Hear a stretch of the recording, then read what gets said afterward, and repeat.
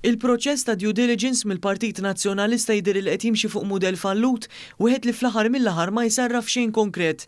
Fl-aħħar ħarġa tagħha l-Gazzetta kulħadd innutat li fl-isfond tal-proċess li suppost qed isir analiżi dettaljata tal-kontestanti għal kariga ta' kap ġdid feċ l-iskandlu tal-allegat frodi ta' iżjed minn 2.3 miljun euro li involvi lil kunsilliera nazzjonalista fis-Siġġewi Francine Farrugia li suppost ukoll ġiet esposta l-istess investigazzjoni qabel l-aħħar elezzjoni sena ilu. Bħalissa għaddej il-proċess ta' due diligence fuq l-awċi Alex Borg u Adrian Delija li kien tkeċċa mill-ogħla kariga f'konġura kontrih mill-establishment 5 snin ilu, suppost biex jiġi stabbilit li huma dejn jokkupaw il-kariga ta' kap nazzjonalista.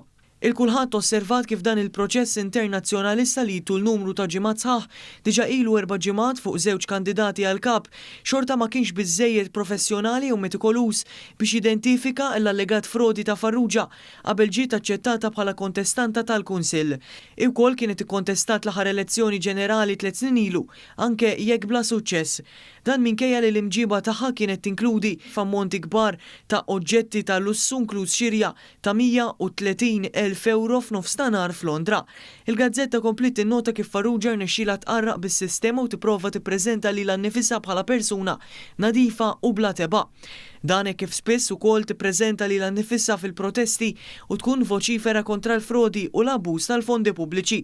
Illum ħafna minn dawk li kienu preżenti ħdejha f'dawk il-protesti bħal Europarlamentari Nazzjonalista David Casa u diversi esponenti mill-Aqda Repubblika jinsabu fi skiet assolut.